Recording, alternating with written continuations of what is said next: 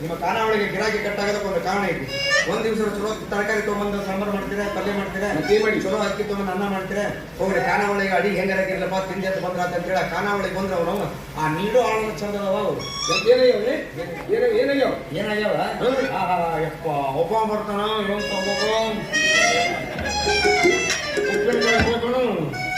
ಅಪ್ಪ ಬೇಕನು ನಾವು ಅದ ಕೈಲಿ ಕೆರ್ಕೊಂತಾವ, ಅದ ಕೈಲಿ ತಂದು ಹಾಕ್ತಾವ.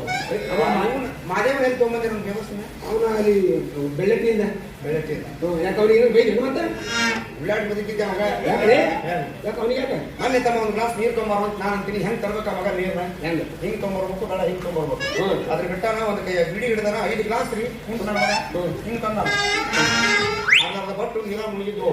ನನಗೆ ಸಿಟ್ಟ ಬಂತು ಹೇಳಿದ ಅವ್ನು ಬೇ ತಮ್ಮ ಹಂಗೆ ತರಬಾರ್ದು, ಗಿರಾಕಿ ನೋಡಿದ್ರೆ ಬೈತಾರ, ಅಸಹ್ಯ ಪಟ್ಕೊಂತಾರ. ನಾನಂತೂ ಬೈಯೋದಿಲ್ಲ, ಮನೆ ಹಳೆಯ ನಾ ಯಾಕೆ ಬೈಲಿ